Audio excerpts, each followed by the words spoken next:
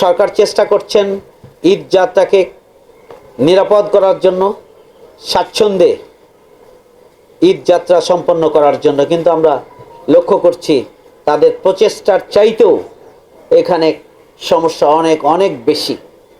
এবং ইতিমধ্যেই আমাদের টাঙ্গাইলে একটি দুর্ঘটনা ঘটে গেল।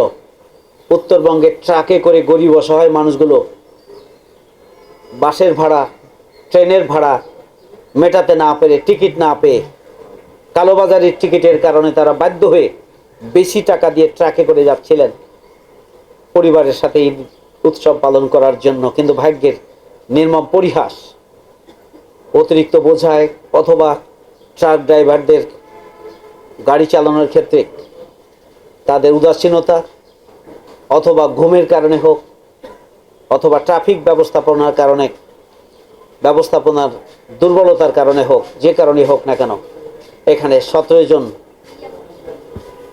সেই ট্রাক দুর্ঘটনায় 17 জন মারা গেলেন, নওগাঁর 15 জন, এবং চাঁপাইনবাবগঞ্জ আমার জেলা, এই জেলায় 2 জন ইন্তেকাল করেছে। সংগ্রামী ভাই বন্ধুগণ, আমরা আর 2 দিন আছে এবং আসার সময়ও কিছুটা হলেও, আসার সময়ও আমরা লক্ষ্য করি যে ঢাকায় ফেরার সময়ও দুর্ঘটনা ঘটে। মেয়াদ উত্তীর্ণ যানবাহন,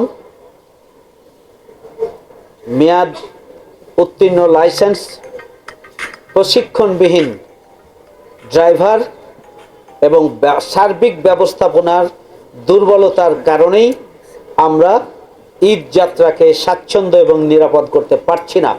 এই ব্যাপারে সরকারকে দীর্ঘমেয়াদী ব্যাপক ভিত্তিক পরিকল্পনা গ্রহণ করা উচিত এবং গ্রহণ করতে হবে, এটি আমরা বিশেষভাবে দাবি করতে চাই।